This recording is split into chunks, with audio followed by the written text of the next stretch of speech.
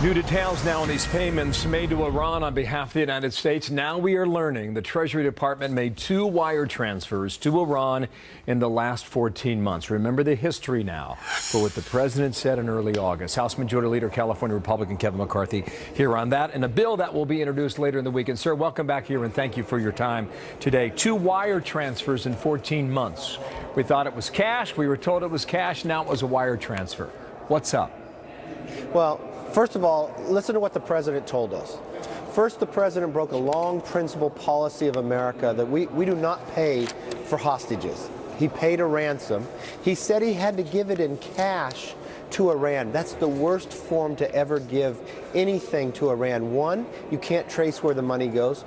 2, Iran sponsors terrorism around the world.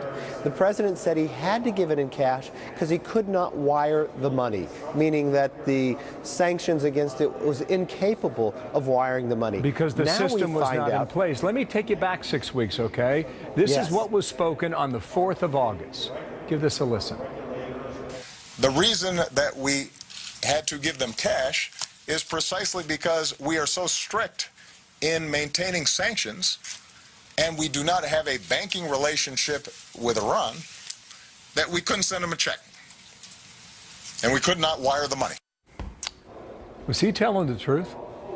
Well, now we find that's just not true. His own administration has wired money twice in the last 14 months.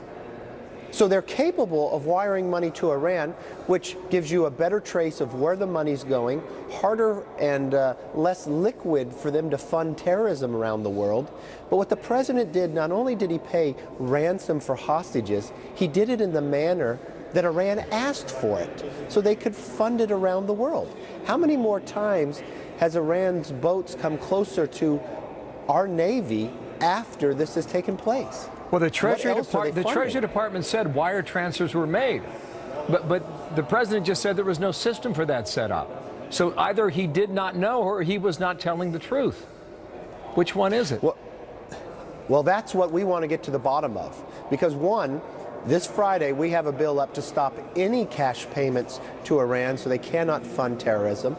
To go back to the principle that Americans, we do not pay for our hostages. Look what transpired. It only incentivizes other countries to take more hostages. After they were released from Iran, Iran has now taken 2 more American hostages. This is what is created by this administration. They're not being forthright with us about what's going on. They haven't told the American public. We had not found out about the money till afterwards. They had the capability of wiring the money that gives you a better trace of where it's going. But no, they did exactly what Iran asked them to do, pay them in cash where it's liquid, they can fund terrorism around the world, you're saying and then tell the American public. Those were the demands of Tehran. That's the case you're making? And we had to meet those demands, otherwise there was no deal. Those were the exact demands of Tehran, but why did we have to ever meet them? We did not. The president announced this when he announced the flawed agreement. That should never have been an agreement. It should have been a treaty, and it never would have been ratified. What the president had promised did not come true. What the president told us about why he had to pay it in cash, first he said it was not ransom, but his own State Department says something different.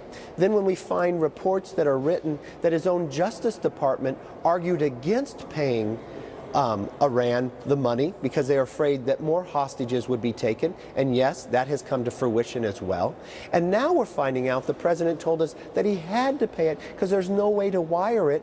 Now we find his own administration has wired money. So what is the truth here? That is why we're passing legislation to stop this ever happening again and more transparency. That comes on Friday of this week. In 10 seconds or less, what do you think this has done to the power of Iran today, the authority they've now achieved? Well, look, it's only made Iran stronger. It's only made the world less safe. And what's more important, America has taken a step back, and who has filled that void? Iran, Russia, and North Korea. Why is North Korea testing more now after they watched the way the president has handled Iran? Because it just goes to show this administration will give more to its enemies than to its allies. I'm out of time. Thank you for yours. Kevin McCarthy. Thanks for having me. House Majority Leader on the Hill. Thank you.